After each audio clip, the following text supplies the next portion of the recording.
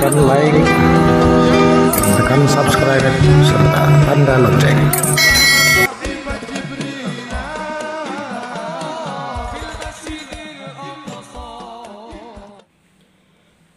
Bismillahirrahmanirrahim.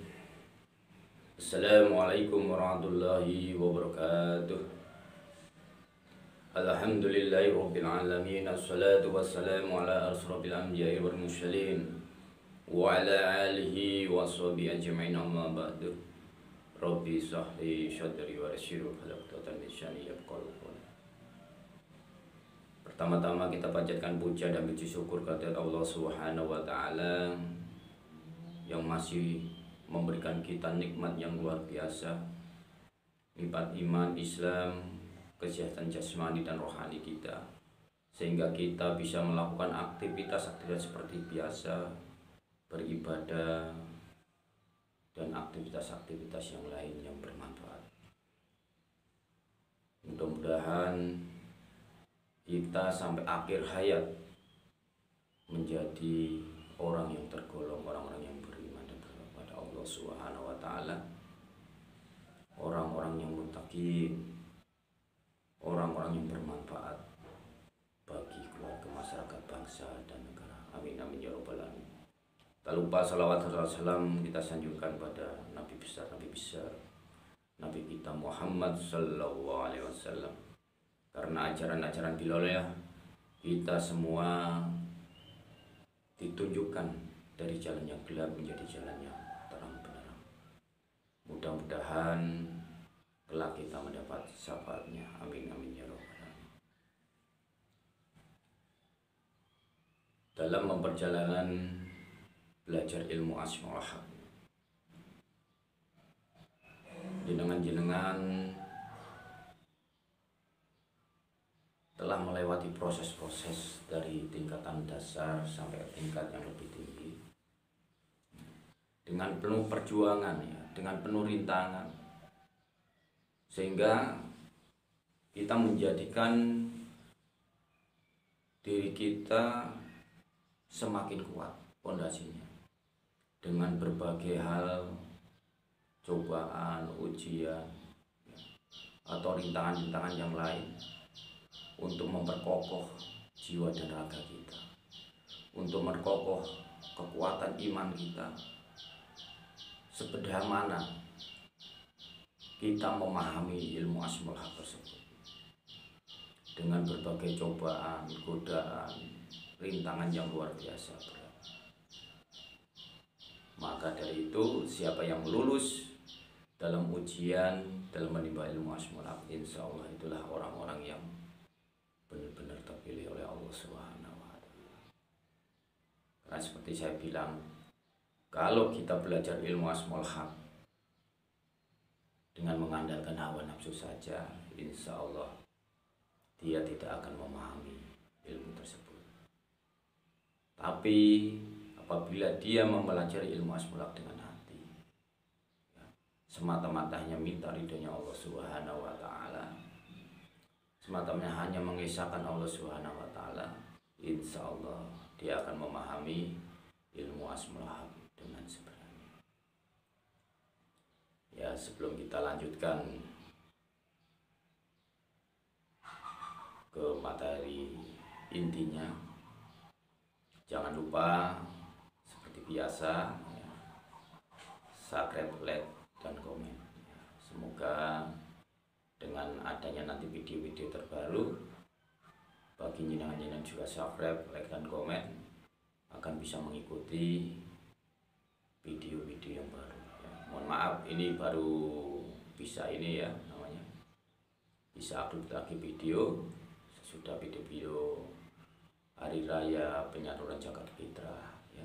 Lama sekali saya tidak bikin video karena kesibukan dan ada tugas-tugas yang tidak bisa disebutkan. Makanya dalam berbuat baik nggak perlu kita beber-beberkan, cukup kita yang mengerti antara hamba dan Tuhannya saja. Maka dari itu tetap kita istiqomah dalam menjalankan amar ma'ruf nahi munkar, meskipun rintangannya apa. Orang berbuat baik itu pasti banyak rintangan, berbuat buruk juga banyak rintangan ya. Tinggal kita pilih berbuat baik apa berbuat yang buruk, itu aja ya. Kita lanjutkan. Jadi untuk kesempurnaan belajar ilmu itu, khususnya ilmu asmaul haq, kita harus mengerti, kita harus bisa menjaga tentang hati kita. Makanya saya kasih contoh, nanti ada 3 kriteria hati ya. Ini perlu kita pahami bersama dalam kehidupan di muka bumi ini supaya kita selamat baik di dunia maupun di akhirat kelak. Yang pertama itu hati yang mati. Kalau manusia mempunyai hati yang mati, ini sangat berbahaya sekali. Hati yang mati itu contohnya apa? Orang-orang yang tidak memiliki pri kemanusiaan lagi. Dia hanya mengandalkan logika, hanya mengandalkan nafsu dia. Bagaimana caranya dia mencapai tujuannya. Tidak peduli itu merusak alam, tidak peduli dia itu membunuh, tidak peduli dia itu menjatuhkan lawan-lawannya dengan berbagai macam cara. Hati yang mati itu sudah tidak bisa membedakan lagi apa itu manusia, apa itu hewan, apa itu tidak bisa. Jadi contoh yang nyata hati yang mati itu diperlihatkan oleh Allah Subhanahu wa taala dalam perang Gaza, Israel sama Palestina. Jangan lihat semua aturan-aturan yang diberikan dalam hal peperangan ya, internasional, aturan internasional dalam hal perang. Tidak boleh membunuh ibu-ibu, anak-anak, ya orang-orang sipil, fasilitas umum seperti rumah sakit, puskesmas dan lain-lain. Ya, jangan lihat di sana. Jadi semua aturan-aturan itu tabrak semua ya. Jadi nggak ada istilahnya itu aturan, dihancurkan semua. Itu udah diperlihatkan sama Allah. Jadi mereka itu jadi perusak. Ya, perangnya perang udah ngawur, udah nggak ada aturan bagi dia. Semuanya ditabrakin. Sedangkan kalau kita lihat singa itu seperti apa? Terkenal dengan raja hutan, terkenal dengan kekuatannya, kepuasannya. Tapi dia kalau makan, kalau sudah kenyang ya sudah. Nah, dia tidak akan menimbun makanan-makanan lainnya. Waktu lapar cari makanan, sudah kenyang sudah. Tapi kalau manusia itu hatinya sudah mati, itu sangat berbahaya sekali.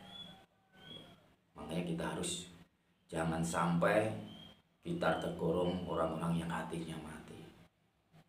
Kalau udah hatinya mati tidak bisa membedakan ya mana yang benar, mana yang salah.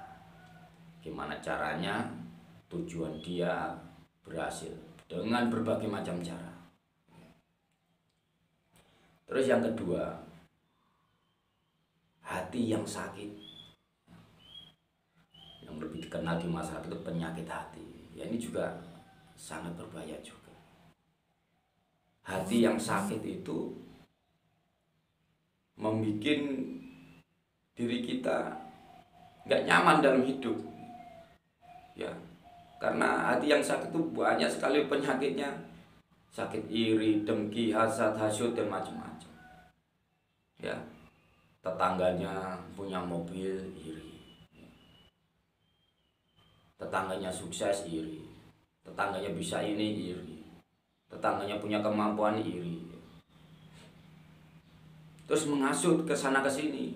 Karena apa? Dia nggak senang sama orang si A dengan si B, dengan si C dan macam-macam. Gimana caranya dia itu merusak, ya, menjatuhkan lawannya itu. Berbagai macam cara juga gitu.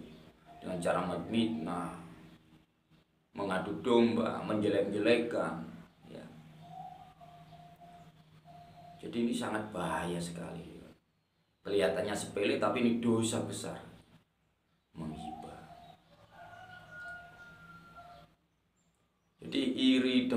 dia hasad melekat pada diri kita.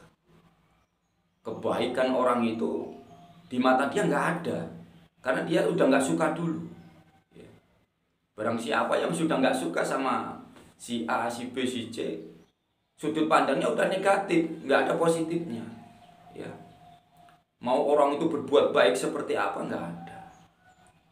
Ya itulah penyakit hati. Yang ditebarkan hanya permusuhan. Mau dia sholatnya itu rajin, ya, ngaji, dzikir dan macam-macam. Ya. Tapi kalau hatinya itu busuk, ya penyakit hati masih melekat dalam diri, ya nol, ibadahnya nol, nggak ada nilainya. Dia hanya teori, jadi prakteknya itu nggak ada. Makanya contoh, ya kayak rumah singgah Asmaul Haq ini, gimana dijatuhkan, ya. Saya sendiri dijelek-jelekan, difitnah ini. Ya kita jangan tanggapi dengan hal yang sama. Nanti kita tuh sama seperti mereka, ya. Jadi kita senyum, kita pasrah kepada Allah Subhanahu Wa Taala. Mau dia bilang apa-apa, ya. Jadi kita tunjukkan bahwa orang berilmu itu, ya, bukan seperti itu. Kita mengalah bukannya takut, bukan. Ya, karena kita mengikuti aturan-aturan agama kita. Jangan kita adu argumen, karena yang hak itu hanya milik Allah Subhanahu Wa Taala, bukan milik kita, bukan diperdebatkan. Biarkan dia merasa pengakuan-pengakuan pada diri kita. Ya, saya mengaku pintar, saya mengaku paling tinggi, saya mengaku ini, itu penyakit hati. Kalau udah melekat pakaian ini, ya, pengakuan, wah pakaian saya paling bagus, sama. Kalau kita belum bisa mengendalikan ilmu kita, tidak bisa mengendalikan diri kita, ya seperti itu, pengakuan wah saya paling hebat, paling ngerti, paling ini itu. Padahal dia nggak tahu sejatinya, dirinya nggak tahu. Meskipun dia katanya ini, kalau pengakuan itu gimana ya? Jenengan pasti tahu sendiri pengakuan itu. Sebenarnya hanya menutupin kelemahannya saja. Maka dari itu, hilangkan penyakit-penyakit hati itu dengan dzikirullah yang benar. Ya. Dzikirullah dengan menggunakan ilmu Asmaul Haq, dengan jenengan resapin dengan hati. Ya. Sesuai dengan tingkatan jenengan. Kalau jenengan udah paham ilmunya, insya Allah. Kalau hanya jenengan belajar sekedar untuk menimba saya pengen sakti, nggak bakalan ketemu. Pasti mental jenengannya. Kejenuhan, kebosanan, itu pasti mental. Sehingga apa? Timbullah penyakit itu. Wah saya udah ini, saya ini, dan macam-macam. Yang ketiga, hati yang bersih. Nah inilah hati yang bersih, inilah yang membuat diri kita hidupnya akan nyaman, ya. Hidup kita akan damai, tenang, ya. Makanya hati yang bersih ini perlu kita jaga. Kita gempur dengan dzikir ilmu Asmaul Haq yang benar, sesuai dengan tuntunan, ya. Insya Allah akan menimbulkan suatu ketenangan yang luar biasa. Jadi yang merasakan itu diri kita pribadi. Ketenangan hati, ketenangan pikiran, itu kita. Karena waktu kita dzikir udah nyambung, insya Allah, ya, akan timbul suatu kedamaian yang luar biasa. Kita akan tahu nikmatnya hidup. Jadi orang-orang di luaran sana nggak ngerti, ya, jenengan itu gimana nggak ngerti. Orang dalam saja, ya, orang sudah ikut ilmu Asmaul Haq itu, rumah singgah Asmaul Haq, dia belum memahami mental, karena di dalam dirinya dia mengejar gitu. Kalau kondisinya nggak kuat, ya pondasinya nggak kuat, dipengaruhi itu kena. Tapi kalau dia udah mempunyai kondisi yang kuat, belajarnya itu lillahi ta'ala melalui hati kita, insya Allah dia akan paham. Oh yang di ini tuh apa, yang dipikirkan. Yang kita ingat itu siapa? Kalau dia udah wah ini gini ya itu udah enggak ini. Karena dia melihat itu tadi seperti yang saya terangkan di penyakit hati tadi, melihatnya dengan kebencian, dengan pikiran yang negatif, timbulnya yang negatif. Jadi nggak ada orang itu yang berpikiran negatif melihat diri kita itu akan positif, nggak ada. Karena didasari dengan kebencian itu tadi, tidak suka itu tadi. Tapi kalau kita itu dilihat sama orang yang senang sama kita, ya, insya Allah jadinya juga positif. Makanya dari itu bersihkan hati kita, jangan kita nodai. Jangan kita melestarikan amalan-amalan jariah keburukan, ya. Jangan kita suka menghasut orang, jangan suka kita memfitnah orang, ya. Hilangkan semua penyakit hati iri, dengki, hasad, sehingga kita hidup dimanapun di lingkungan manusia akan tentram, nggak ada permusuhan, yang ada itu menjalin persaudaraan terus, ya.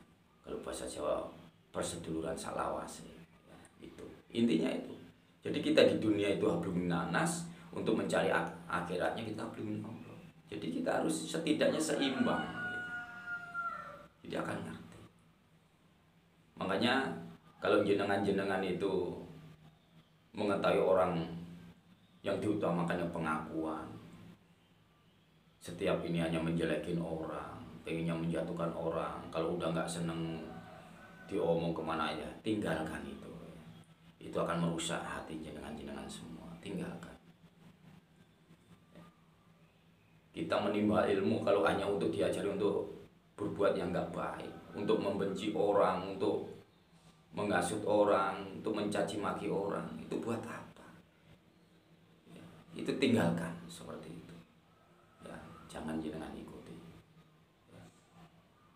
Cukup dengan ilmu asmaul mengingat kepada Allah Subhanahu wa taala. Ya.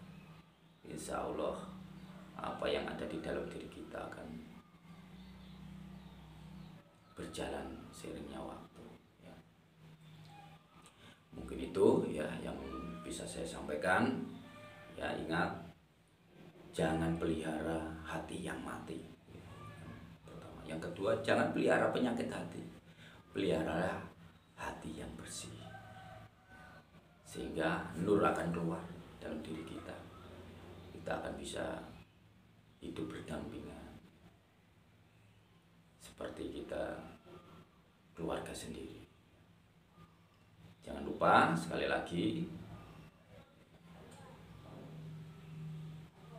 yang belum subscribe, like supaya bisa mengikuti perkembangan di Rumah Singgah Asmaul Haq. Ya, kurang lebihnya saya mohon maaf yang sebesar-besarnya apabila ada salah kata saya yang kurang berkenan di hati jenengan-jenengan semua. Saya mohon maaf yang sebesar-besarnya, karena manusia tidak luput dari salah dan dosa.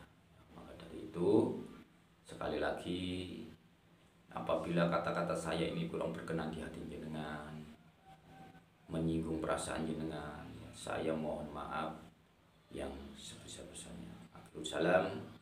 Assalamualaikum warahmatullahi wabarakatuh.